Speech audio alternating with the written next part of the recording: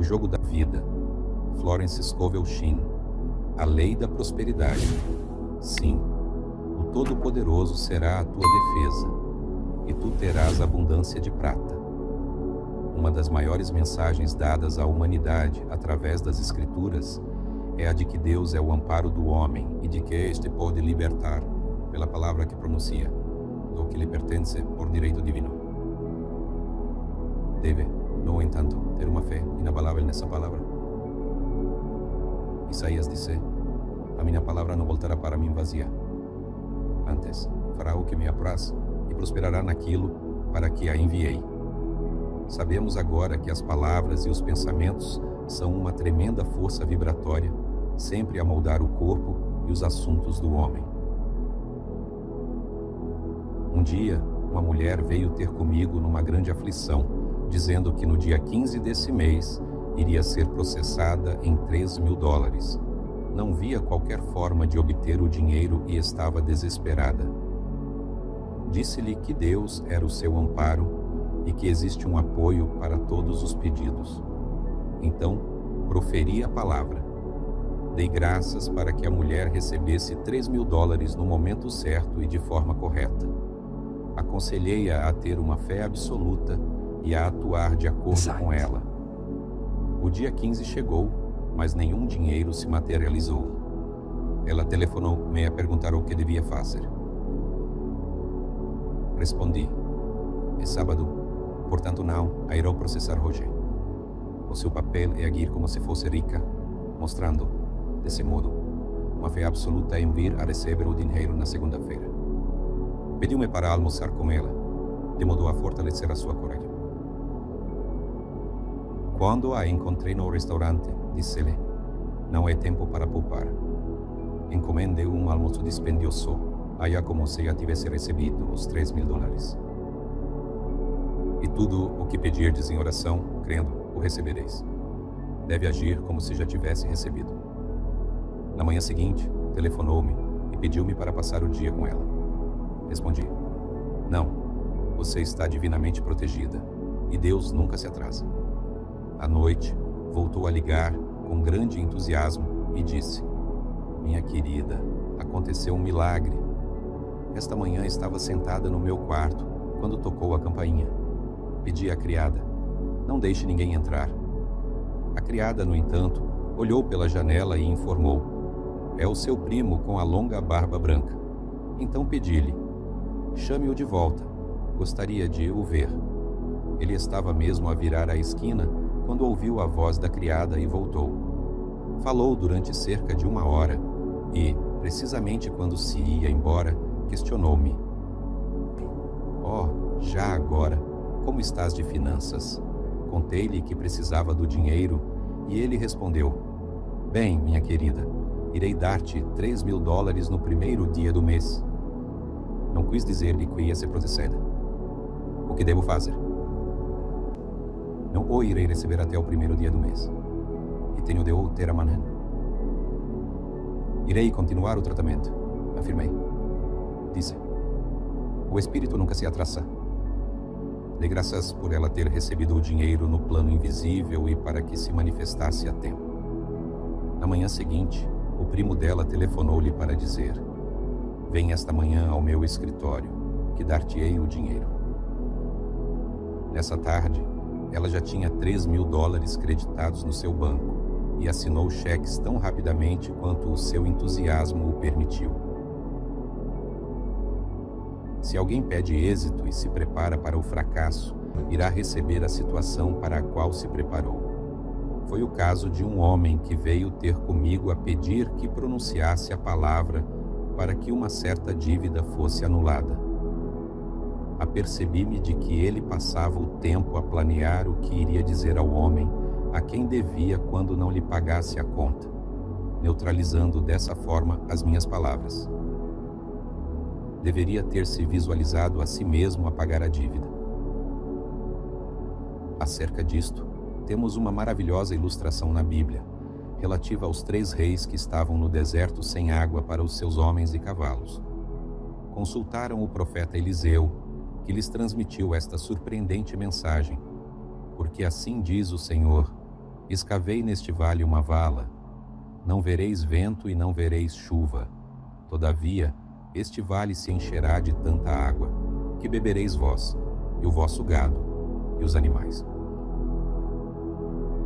O homem deve preparar-se para as coisas que pediu, quando não existe delas o menor sinal à vista. Veja-se o caso de uma mulher que achou necessário procurar um apartamento durante o ano em que houve uma grande escassez de habitações deste tipo em Nova York. Encontrá-lo era considerado quase uma impossibilidade, e os seus amigos tiveram dó dela, dizendo-lhe: "Que pena, terá de armazenar a sua mobília e ir viver num hotel." Ela retorquiu: "Não precisam de sentir pena de mim. Sou uma supermulher e arranjarei um apartamento." Então, pronunciou as seguintes palavras: "Espírito infinito, abre o caminho para o apartamento certo." Ela sabia que há uma resposta para cada pedido e que trabalhando no plano espiritual era totalmente livre e que um com Deus constitui uma maioria. Considerou comprar novos cobertores quando o tentador, o pensamento adverso ou mente racional, sugeriu: "Não compre os cobertores, pois, no fim de contas, talvez não consiga um apartamento e não terá uso para eles." Respondeu prontamente para si própria: "Cavarei as minhas valas comprando os cobertores." Assim, preparou-se para o apartamento. Agiu como se já o tivesse. De forma miraculosa, encontrou um, que lhe foi entregue, apesar de haver mais de 200 outros candidatos. Os cobertores mostrarão fé ativa. É desnecessário dizer que as valas escavadas pelos 3 reis no deserto foram enchidas até transbordar. Entrar no movimento espiritual das coisas não é matéria fácil para a pessoa comum. Os pensamentos adversos de dúvida e medo surgem do subconsciente. Eles são o exército dos estranhos, que deve ser posto em fuga. Isto explica por que é tão frequente estar mais escuro antes do amanhecer.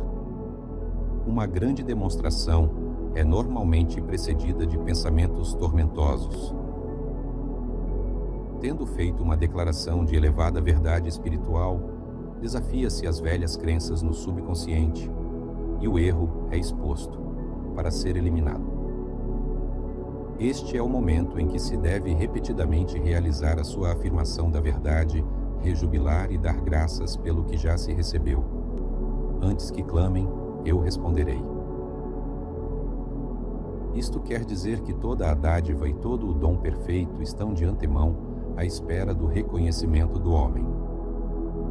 O homem apenas pode receber aquilo que se vê a receber. Foi dito aos filhos de Israel que poderiam possuir toda a terra que conseguissem ver. Isto é verdade para todo o homem. Ele apenas possui a terra contida na sua própria visão mental. Todos os grandes trabalhos, todas as grandes realizações foram trazidos à manifestação suportada pela visão. E, muitas vezes, pouco antes da grande realização, vem um aparente fracasso e desalento. Quando os filhos de Israel alcançaram a terra prometida, tiveram medo de nela entrar, porque disseram que ela estava cheia de gigantes que os faziam sentir como gafanhotos. Vimos ali gigantes, e éramos aos nossos olhos como gafanhotos. Esta é a experiência de quase todos os homens. De qualquer modo, aquele que conhece a lei espiritual é imperturbável pela aparência e rejubila enquanto ainda se encontra no cativeiro. Isto é, agarra-se à sua visão e dá graças por o fim ter sido alcançado. Ele recebeu. Jesus Cristo deu disto um maravilhoso exemplo, quando disse aos seus discípulos: "Não dizeis vós que ainda há 4 meses até que venha a ceifa? Eis que vos digo, levantai os vossos olhos e vede as terras, que já estão brancas para a ceifa." A sua clara visão penetrava o mundo da matéria, e ele viu claramente o mundo da 4ª dimensão, as coisas tal como realmente são, perfeitas e completas na mente divina. Assim deve o homem sempre manter a visão do fim da sua jornada, e pedir a manifestação daquilo que já recebeu. Poderá ser a sua plena saúde, amor, provisões, autoexpressão, lar ou amigos. São tudo ideias acabadas e perfeitas registradas na mente divina, a própria mente superconsciente do homem, e devem vir através dele, não para ele. Como no caso de um homem que veio ter comigo para pedir tratamentos para ter sucesso. Era imperativo que ele levantasse, dentro de um determinado limite de tempo, $50.000 para o seu negócio. O prazo limite estava quase a esgotar-se quando veio ter comigo em desespero. Ninguém queria investir na sua empresa, e o banco tinha recusado categoricamente um empréstimo. Retorqui: suponho que, enquanto estava no banco, terá perdido a paciência e, portanto, o seu poder. Você poderá controlar qualquer situação se primeiro se controlar a si mesmo. Volte ao banco, acrescentei, e eu irei tratar isso. O meu tratamento foi este: você está identificado no amor com o espírito de todos os que estão ligados ao banco. Deixe a ideia divina sair dessa situação. Ele respondeu: mulher, você está a falar de uma impossibilidade. Amanhã é sábado, o banco fecha ao meio-dia, e o meu comboio não me levará lá até essa hora. E o prazo termina amanhã, pelo que, de qualquer forma, não o farão. É demasiado tarde, repliquei. Deus não precisa de tempo e nunca é tarde demais. Com Ele, todas as coisas são possíveis. Acrescentei: eu não sei nada sobre negócios, mas sei tudo sobre Deus. Aí ele respondeu: tudo soa bem quando estou aqui a escutá-la, mas quando saio, é terrível. O homem morava numa cidade distante, e não ouvi falar dele por uma semana, até que chegou uma carta. Dizia: você tinha razão. Levantei o dinheiro, e nunca mais duvidarei da verdade de tudo o que me disse. Vi-o umas semanas mais tarde, e questionei: o que aconteceu? Afinal, você teve evidentemente bastante tempo. Ele retorquiu: o meu comboio estava atrasado, e cheguei lá quando faltavam apenas 15 minutos para o meio-dia. Entrei calmamente no banco, dizendo: vim pelo empréstimo, e eles deram-o sem questionar. Foram os últimos 15 minutos do tempo que lhe estava atribuído, e o Espírito Infinito não estava atrasado. Neste caso, este homem nunca poderia por si só ter feito a demonstração. Precisava de alguém para o ajudar a manter-se na visão.